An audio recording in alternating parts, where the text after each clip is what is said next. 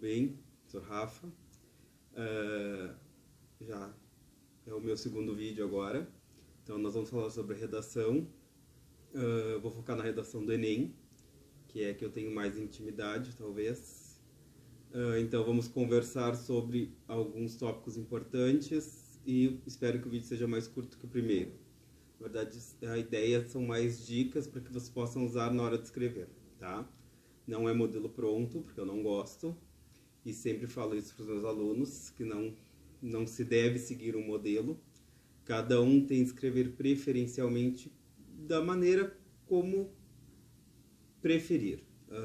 Bom, agora vou explicando no decorrer do vídeo. Então, a primeira coisa que vocês precisam fazer quando pegam a folha de redação é tentar se acalmar. Porque a gente fica com medo na hora de escrever, a gente não sabe como começar. Então, a primeira coisa a se fazer é ler a proposta ali, o que vem pedindo, o que a prova vem pedindo de vocês. Então, quando eu coloco aqui a primeira etapa como traduzir o tema, na verdade é para que vocês analisem cuidadosamente cada uma das palavras da proposta em si. Porque sempre quando vocês escrevem, ou melhor, quando vem a proposta lá, vem textos motivadores e vem o comando ali pedindo exatamente o que quer de vocês. Então é para vocês analisarem cada palavra dessas. Por quê? Vejamos o exemplo. Esse primeiro exemplo que eu trouxe é da prova do PAV, lá da UFPEL, de 2018. E aí sempre tem aquele textinho introdutório e depois vem a pergunta do que eles querem de vocês. E aí diz: com base nos textos motivadores, em seu conhecimento de mundo, redija um texto dissertativo argumentativo sobre a importância da valorização da saúde mental no Brasil. O que acontece, ou o que os meus alunos cometeram de erro quando fizeram essa redação? Por falar de saúde, né? Saúde, os alunos tenderam a escrever sobre saúde pública, sobre o SUS, sobre qualquer questão de saúde e não focaram no que pedia, que era saúde mental. Então, por isso que a gente tem que ter cuidado, muito cuidado, com cada uma das palavras. Era para falar sobre a valorização da saúde mental no Brasil. Então, o que acontece também? Às vezes, quando nós temos muito conhecimento sobre o assunto, nós acabamos falando sobre algum exemplo que nós conhecemos. Então, algo regional, algo específico da minha cidade, do meu bairro, sei lá, de qualquer coisa. Isso não é o ideal, tá? Os exemplos que vocês vão dar na redação tem que ser algo que seja de conhecimento nacional. Então, eu sempre brincava com os meus alunos, né? Lá nós tínhamos o Jornal do Almoço e o Jornal Nacional. O Jornal do Almoço era algo mais regional, ali, com as notícias da cidade de Pelotas, do estado. E o Jornal Nacional, que era as notícias do país. Então, eu dizia para eles, usem sempre algum exemplo que fosse passar no Jornal Nacional. Algo que todos conseguissem entender como exemplo. E não algo específico que só alguém da região conseguisse entender. Tá? Então, a primeira etapa é essa. Ver cada uma das palavras. Tem outro exemplo. Do Enem de 2015. E aí tem um pouco mais de texto e a pergunta ali que dizia: a persistência da violência contra a mulher na sociedade brasileira. O que nós precisamos tomar muito cuidado? O Enem cobra de vocês uma proposta de intervenção. Então, vocês obrigatoriamente precisam dar uma proposta de solução para aquele problema que está sendo abordado. Quais foram os erros cometidos nas redações deste ano? Por exemplo, falavam sobre feminicídio, falavam sobre especificamente a violência contra a mulher, mas não falavam se isso persistia ou não. Reparem bem nas palavras. A persistência da violência contra a mulher na sociedade brasileira. Então, vocês precisam falar sobre tudo isso. Se persiste, se não persiste, como persiste, né? Então, de que forma, de que maneira. Então, é por isso que nós precisamos cuidar exatamente o comando da proposta de redação. Então, professor, mas vem uma proposta, vem um tema que eu nunca ouvi falar, né? Então, é para isso que vem os textos motivadores, para que vocês leiam, que vão ali, a partir daquela leitura, entendendo qual é o tema, para depois escrever sobre aquilo. obviamente que se vocês não conhecem o tema vai ficar muito mais difícil. Mas não é impossível, né? Não é impossível. As pessoas conseguem, tem muitas redações nota máxima ou perto disso. Então, basta que vocês leiam com atenção a proposta, vejam o que está sendo pedido. Vamos a mais algumas dicas. A segunda etapa é delimitar a tese. O que isso significa? Se é um assunto que nós conhecemos ou de que nós gostamos muito, a nossa tendência é escrever bastante sobre aquilo. Mas o que nós não podemos esquecer? A redação do Enem pode ter no máximo 30 linhas. Então, o que isso significa? Eu preciso dividir o meu texto em no mínimo 4 parágrafos. 1 de introdução, 2 de desenvolvimento e 1 de conclusão. Sem esquecer do título. Primeira linha é sempre o título. Ah, professor, mas o título é opcional. Mas como eu digo para os alunos, é um opcional obrigatório. O ideal é que sempre coloquem, porque o título faz parte do texto, de qualquer texto. Qualquer texto que vocês vão ler vai ter um título. Então, o título faz parte do texto. Então, na primeira linha, na linha 1, o título, depois introdução, desenvolvimento, conclusão. Como é que eu vou dividir esse texto? Em 4 parágrafos, no mínimo. Eu tenho de cuidar para que esses parágrafos não fiquem muito díspares, muito diferentes. Então, se eu vou fazer uma introdução com 5, 6 linhas, cada parágrafo seguinte tem de mais ou menos seguir esse número de linhas, 5, 6 linhas. É óbvio que não posso ultrapassar as 30. O que mais que eu preciso cuidar? Eu tenho que dividir o desenvolvimento em 2 parágrafos. Então, eu não posso escrever, sei lá, uma introdução com 5 linhas, um desenvolvimento com 10 e uma conclusão com 4. Vai ficar muito diferente.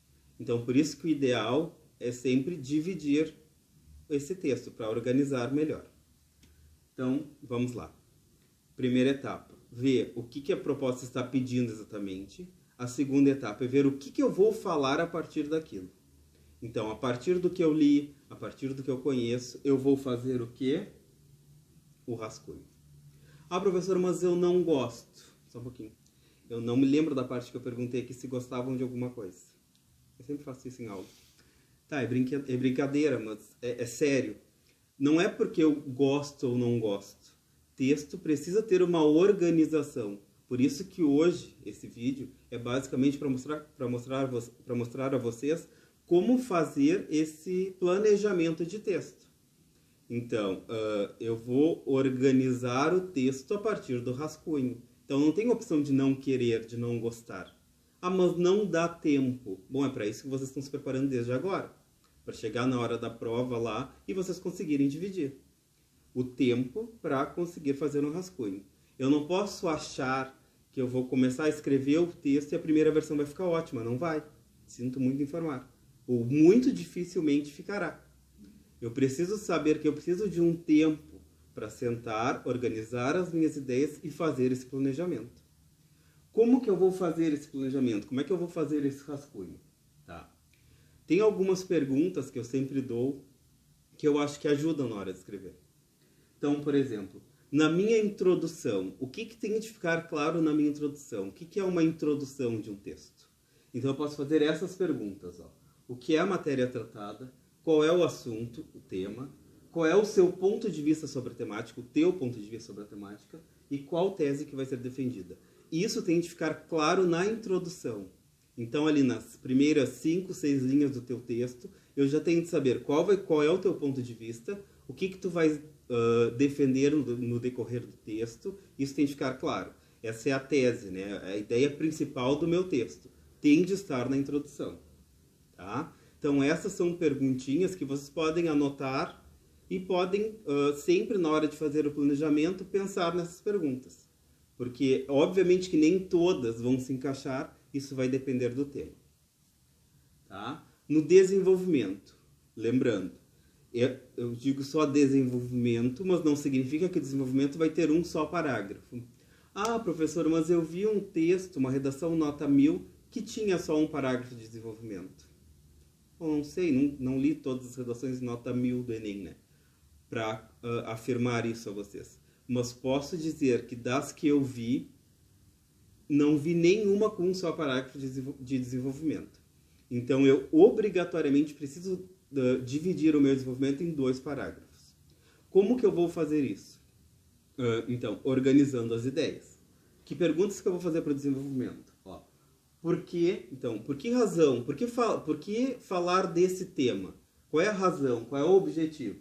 Ou ainda, para que falar desse tema, né? De novo, qual é o objetivo? Com que finalidade falar desse tema? Quais são as causas e as consequências desse tema? Em quais circunstâncias se pode falar disso? De que maneira? Como que se fala disso? Quem fala? Sei lá, o governo, a sociedade? Quem que fala desse assunto? Por que esse assunto está em pauta na proposta de redação de vocês? Vocês podem fazer analogias, comparações, né? Então, como era antigamente, como é hoje, como é no Brasil, como é em outro lugar, como é no estado, como é em outro. Podem colocar também os argumentos favoráveis e contrários. Aqui eu faço uma ressalva. É preciso ter muito cuidado quando eu uso argumento contrário e favorável, para que eu não me contradiga no texto e que ele não fique incoerente. Então o texto nunca vai poder ficar incoerente, né? Um dos critérios de correção é a coerência.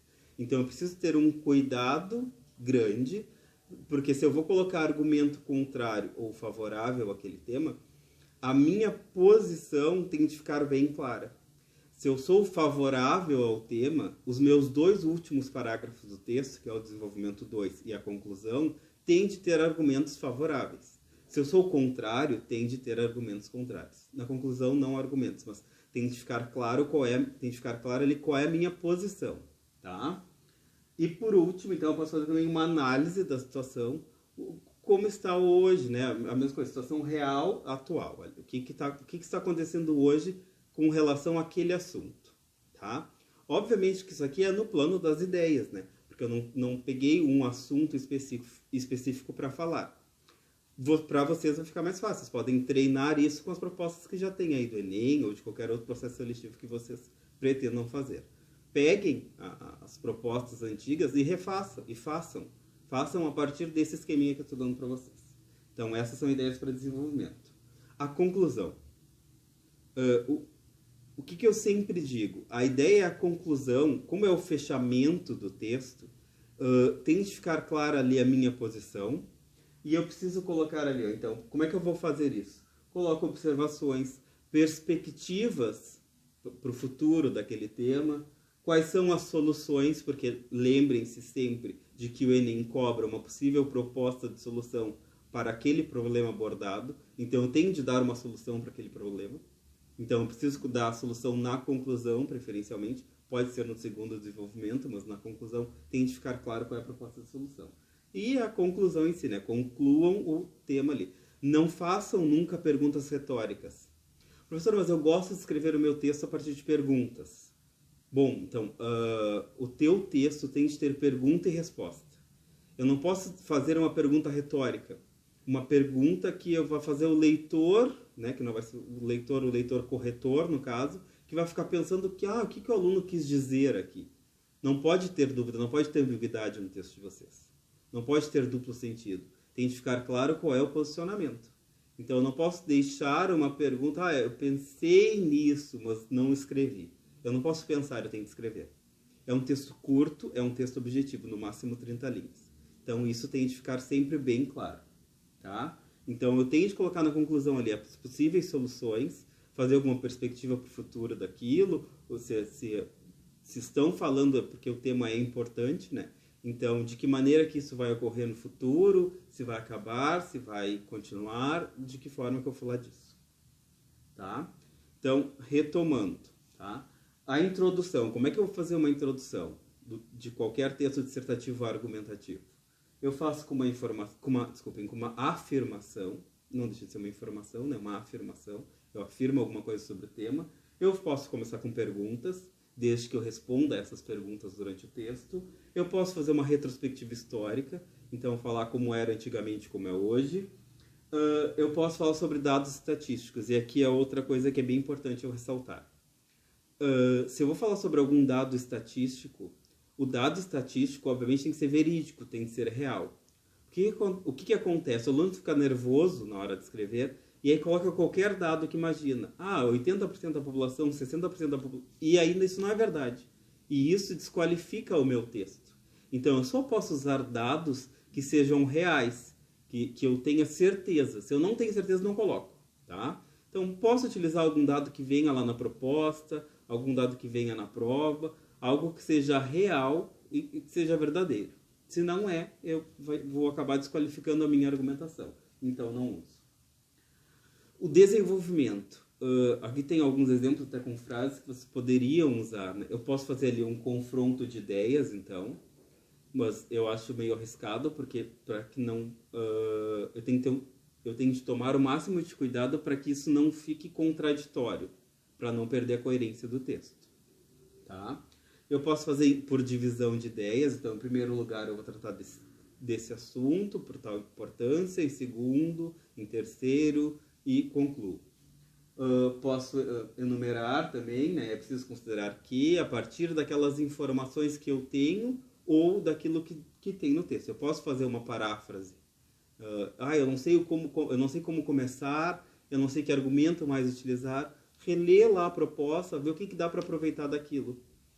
Só vai ser plágio, só vai ser cópia se vocês copiarem tal qual está lá. Se vocês aproveitarem aquelas ideias para a argumentação que vocês estão construindo, isso é intertexto e é válido, né? Importante falar sobre isso agora. Falei sobre intertexto e lembrei. Alguns professores supervalorizam a questão do intertexto, né? O que é o intertexto? É eu utilizar um texto já escrito, né? Um texto de outra pessoa, para confirmar o que eu estou dizendo. Tem autores que dizem que todo texto é intertexto, né? Porque tudo que nós falamos ou tudo que nós escrevemos é a partir do que lemos ou do que alguém já falou. Então, se nós formos pensar dessa maneira, tudo é intertexto. Então, obviamente que se eu for usar o intertexto e souber exatamente dizer a citação, da onde que é, de onde que eu tirei, e aquilo ser válido, enriquece muito o meu texto. Porque eu estou comprovando a minha argumentação com dados, com fatos de outros autores, de outras pessoas que já falaram sobre aquilo, né? De preferência pessoas que saibam daquele assunto. Então, sempre é válido colocar um intertexto, tá? É válido, mas não é uma coisa obrigatória. Professora, eu não sei nenhum intertexto, eu não sei nada que comprove, nenhum texto, nenhum outro autor que fale sobre esse tema. Bom, então, falem a partir do que vocês sabem. É melhor que vocês falem a partir do que vocês sabem do que vocês criem uma mentira, do que vocês tornem a argumentação de vocês toda inválida, porque colocaram alguma coisa que não tinham certeza ou qualquer coisa assim, tá? Então, usando citações, como eu já falei, questão do intertexto, reafirmando o que tem na proposta de redação, dando exemplos, desde que verdadeiros, e opondo ideias, desde que não fique contraditório. A conclusão, tá? Evitem o termo em conclusão, concluindo, porque se é o último parágrafo do texto, é óbvio que é a conclusão, é óbvio que é o fechamento. Então, não precisa dizer que estou concluindo, né? O leitor ali que está chegando no quinto parágrafo, quarto, não sei, depende de como vocês vão dividir esse texto de vocês, já vai saber que vocês estão concluindo, que vocês estão fechando as ideias. Então, vocês têm de deixar isso bem claro e não precisa escrever a palavra concluindo, em conclusão, qualquer coisa desse tipo. Usem outra palavra. Em suma, resumindo, de acordo com os dados apresentados, a partir do que foi apresentado, coisas assim. Palavras ou conjunções que sejam de conclusão, de finalidade do texto. Tá? Então, aqui, para nós encerrarmos. Eu vou colocar a minha posição no texto, mas não é escrevendo em primeira pessoa. O texto dissertativo argumentativo precisa ser obrigatoriamente impessoal. Professor, mas como assim pede a minha posição, mas eu não vou escrever eu? É bem isso. Pede a tua posição, mas tu não vais escrever eu. Tu não vais escrever eu acredito, eu penso, eu sei. Tu vais colocar sabe, se acredita, se conhece, ou ainda é de conhecimento geral, todos sabem. Qualquer coisa que torne o teu texto, qualquer palavra que torne o teu texto impessoal. Não vais escrever nunca em primeira pessoa, tá? É a tua opinião, mas é a tua opinião baseada em fatos, baseada em argumentos, baseado em dados, em fatos, sei lá, em qualquer coisa histórica, em qualquer coisa que seja real que vocês possam utilizar. E não só a minha opinião, né? A opinião guarda lá depois para colocar no Twitter, no Facebook, onde tu quiseres.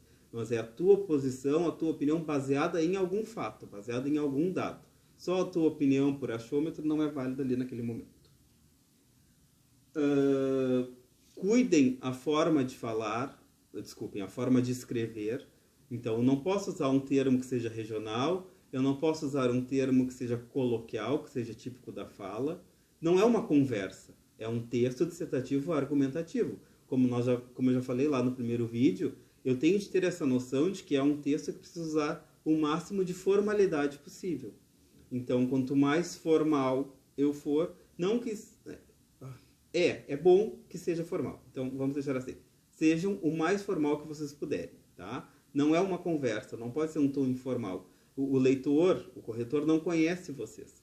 Então, evitem usar qualquer termo que não seja típico de texto de linguagem formal. Evitem construções muito complexas. Então, não deixe um parágrafo muito grande, uma frase muito comprida, porque quem está lendo vai ficar confuso daqui a pouco. Então, usem ali frases curtas, parágrafos não muito grandes, construções que sejam simples para o leitor. Porque o texto de vocês é um texto de um aluno de ensino médio. Então, o corretor não vai exigir de vocês um grande grau de conhecimento, É um aluno que está concluindo o ensino médio, que está entrando para uma universidade. Então, ele está construindo conhecimento, sempre, né? O universitário também vai estar. Mas, então, no ensino médio, ele está concluindo o ensino médio. Não é um texto de um cientista, de alguém que precise utilizar termos técnicos, termos muito rebuscados, mas que seja ali simples, que seja formal e que seja compreensível para qualquer pessoa do país que leia o texto. Tá? Ainda a letra. A letra sempre complica, né? Ah, professor, mas a minha letra é feia. Bom, a tua letra não precisa ser bonita, ela precisa ser legível. Então, tenha o máximo de cuidado para que quem vá ler consiga entender se aquilo é uma letra maiúscula, se é minúscula, se é uma vírgula, se é um ponto. Então, eu não preciso ter uma letra, uma caligrafia muito bonita, e sim compreensível, né? Você tem de pensar ali que o corretor vai ler, sei lá, 30, 40 redações por dia, e não há tempo hábil ali para ele ficar se detendo, né? No que diz, mas eu acho que o aluno quis dizer isso. Isso não existe, tá? Vocês vão escrever para que ele compreenda. Se ele não compreendeu, né, o azar, infelizmente, é de vocês. Então, façam uma letra que seja legível. Treinem antes, né? Por isso que vocês têm sempre esse tempo de treinar. Por isso que é importante sempre a escrita à mão, como eu falei no vídeo anterior. Né? Eu gosto da escrita virtual, porque todo mundo usa a internet para tudo, mas a prova, né, ainda é manuscrita. Então, por isso que exige de vocês um treino também da caligrafia. Cuidem, de novo, as palavras que vocês forem usar, sejam o mais formal possível. Eu já falei sobre isso. Né? A pontuação, concordância. A questão da posição, né? Ali diz, dissertar é defender uma opinião a respeito de determinada questão. Então, vocês vão defender o ponto de vista de vocês sobre um assunto. Mas, não sei de que forma dizer isso, mas evitem ser radicais demais, tá? Vocês estão defendendo a ideia de vocês, o ponto de vista de vocês, a partir de argumentos. Então, sejamos o mais politicamente corretos possível. Porque quem corrige o texto de vocês não sabe quem são vocês. Então, não sabem realmente se vocês estão tendo uma boa índole a escrever aquilo, se não estão. E, professor, mas vão avaliar o meu ponto de vista? Não vão avaliar o teu ponto de vista. Você não pode esquecer que um dos critérios de correção do Enem diz que é respeitar os direitos humanos. É bem complexo isso, né? Porque não é a tua posição efetivamente que vai ser avaliada. Mas se houver qualquer tipo de desrespeito aos direitos humanos ou a qualquer pessoa, o teu texto vai ser visto de forma diferente. Seria ingênuo da minha parte dizer que não. Então vocês precisam ter muito cuidado com isso. Evitem ser muito radicais. Aquela é a tua posição, tu és totalmente contrário àquele tema, ou tu amas muito aquele tema, és totalmente favorável àquele tema, e aí tu te emocionas e escreve demais. Não é? Não é esse o objetivo da redação. A redação é que vocês consigam ser concisos, por isso só 30 linhas, e consigam expressar ali direitinho a posição de vocês, sabendo qual termo usar, sabendo que tipo de argumentação que eu vou utilizar, né? Então, treinem isso. Aproveitem agora esse momento que vocês têm antes da prova aí, falta bastante tempo, espero. Então, treinem bastante isso. Peguem redações, peguem propostas de redação, né, que já foram dadas pelo Enem ou por qualquer vestibular, e vão treinando. Usem aquelas perguntas que eu dei, tá? Então é isso. A ideia desse vídeo é ser mais curto, espero que tenha conseguido. O próximo vídeo vai ser, acho que, sobre crase, talvez, não sei, vamos ver. Foi o que me pediram bastante naquela enquete que eu fiz. Então é isso, gente. Muito obrigado. Em breve retorno com um terceiro vídeo, né? Sigam-me os bons, os maus também, porque a gente sempre pode melhorar. Então essa é a ideia, a gente sempre melhorar. E os vídeos são para auxiliar vocês, tá? Obrigado.